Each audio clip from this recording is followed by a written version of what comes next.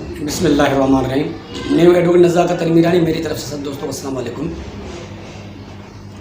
آج میں آپ کو یہ ایک در حقیقت اصل بتانا چاہتا ہوں کہ اسلام سے سچی محبت کا جو طریقہ کار ہے وہ کیا ہے، یعنی کیا چیز ہونی چاہیے، کیا ہونا چاہیے کہ اسلام کے ساتھ انسان کو، ایک ہر مسلمان کو سچا پیار، سچی محبت ہونی چاہیے، اس کی در حقیقت کیا ہے۔ اسلام کے ساتھ اگر ہم پہلے نمبر پہ ہمارا سچی محبت اسلام کے ساتھ تب ہے جب ہم فرقے بازی ختم کریں۔ دوسرے نمبر پہ ہم سب یکجہ ہو جائیں اور جو کچھ باتیں اتفاق کی ہوں وہ کریں، جو نا اتفاقی کی وہ ہمیں نہیں کرنی چاہیے۔ جیسا کہ ہمارے مولوی صاحبان کہتے ہیں کہ اس کتابوں میں یہ لکھا ہوا ہے، کتابوں میں یہ لکھا ہوا ہے، کتابوں میں یہ لکھا ہوا ہے۔ اصل میں جیسے ہی حضرت آدم علیہ السلام سے لے کے اب تک حضور پاک صلی اللہ علیہ وسلم تک 4 بڑی کتابیں آئی ہیں۔ آخری کتاب جو ہمارا ہے، آخری نبی بھی ہمارا، آخری کتاب بھی ہمارا قرآن پاک۔ تو باقی حضور پاک صلی اللہ علیہ وسلم کی احادیث ہیں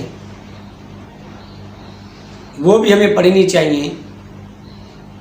اور دوسرا، لیکن کچھ باتیں ایسی ہوتی ہیں جیسے حضور پاک صلی اللہ علیہ وسلم کے پورا قرآن اترا، پورا قرآن نازل ہوا، حضور کی احادیثیں بھی ہمیں پڑھنی چاہیے، لیکن کچھ باتیں ایسی ہیں جو حضور پاک صلی اللہ علیہ وسلم کے دور میں یعنی نہیں ہوئی اور صحابہ کے دور میں ہوئی، وہ ہمیں اپنانی چاہیے۔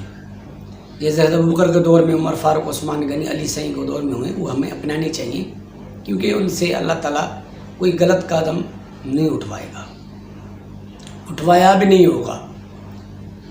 تو در حقیقت ہے، جیسے اب ایک مثال ہے کہ پرانے زمانے میں اب یہ حقیقت بھی ہے کہ سکر میں جو صحابہ کی قبر مبارک ہیں، اب وہ کون سی کتابیں لے کر آئے؟ تو ان کے پاس تو کتابیں نہیں تھی، صحابہ تھے۔ صحابہ کیا ہوتا ہے؟ جو حضور پاک صلی اللہ علیہ وسلم کے ایمان کی حالت میں دیکھا ہو، کلمہ پڑھا ہو، وقت گزارا ہو حضور پاک صلی اللہ علیہ وسلم کے ساتھ، اور وہ جہاں بھی گئے ہیں، جہاں بھی انہوں نے علم دیا ہے سچا اور صحیح دیا ہوگا لازماً۔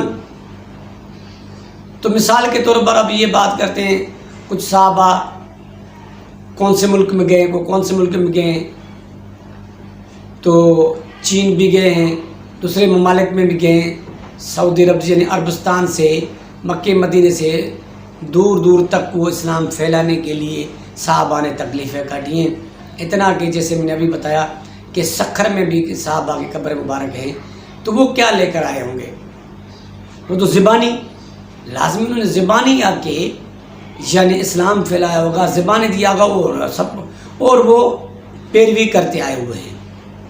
اس کے مسلمان جو ہوئے ہوں گے اس زمانے میں پھر پیروی کرتے آئے ہوں گے، اس طرح اسلام پھیلتا گیا ہے۔ تو یعنی اسلام سے سچی محبت کا اصل طریقہ کار یہ کہ ہم دین اور اپنے اسلام سے سچی محبت، پیار محبت اس طرح کریں کہ آپس میں فرقہ نہ کریں، آپس میں الٹی سلٹی باتیں نہ کریں، ایک دوسرے کی گلہ غیبت نہ کریں۔ کتابوں کی بات جو مولوی کہتے ہیں کہ یہ ایک مولوی ہے، ان کا نام نہیں لے رہا میں، لیکن وہ کہتا ہے کتابی یہ کتابی باتیں ہوگا۔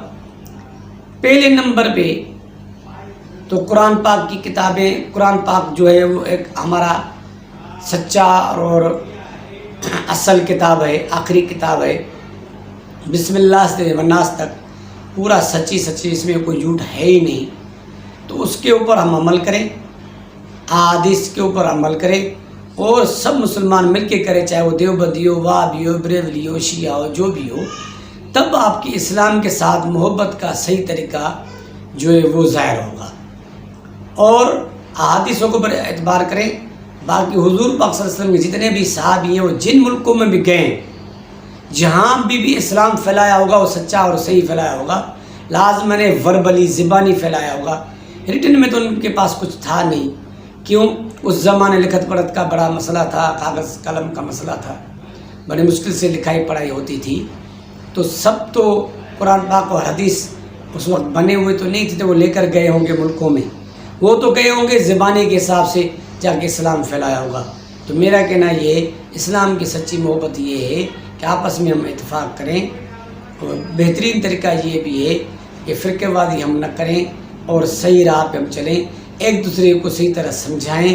وہ قرآن پاک میں حدیث میں یا جسے صحابہ وربلی بھی دے کر گئے ہیں، اس علاقوں کے حساب سے بھی اسلام پھیلا ہوا ہے۔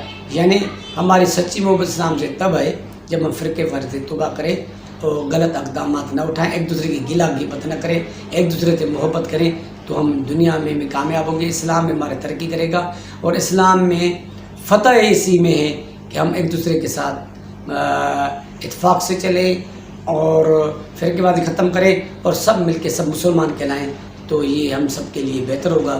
اگلے ویڈیو تک مجھے اجازت دیں، اللہ حافظ۔